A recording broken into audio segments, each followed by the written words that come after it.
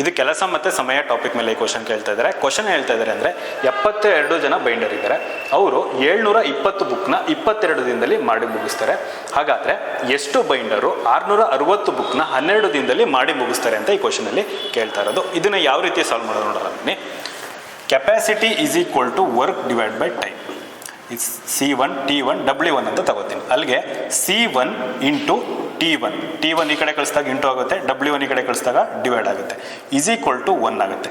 ಇದೇ ಕಂಡೀಷನ್ನು ಎರಡನೇ ಕಂಡೀಷನ್ಗೂ ಅಪ್ಲೈ ಆಗುತ್ತೆ. C2 into T2 divide by W2.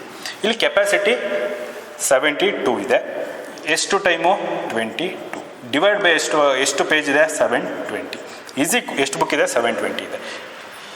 Next C2 ನಾವು ಕಂಡುಹಿಡಿಬೇಕು, ಟೈಮ್ ಎಷ್ಟು 12, ಡಿವೈಡ್ ಬೈ ಎಷ್ಟು ವರ್ಕು 6. ಅಲ್ಲಿಗೆ 0 ಕ್ಯಾನ್ಸಲ್ ಆಗುತ್ತೆ, 72 1 72 1. ನೆಕ್ಸ್ಟು 2 ಇಂದ ಡಿವೈಡ್ ಆಗುತ್ತೆ, 2 6 2 11 6 1 6 11 11 ಇಂಟು 11 ಎಷ್ಟಾಗುತ್ತೆ?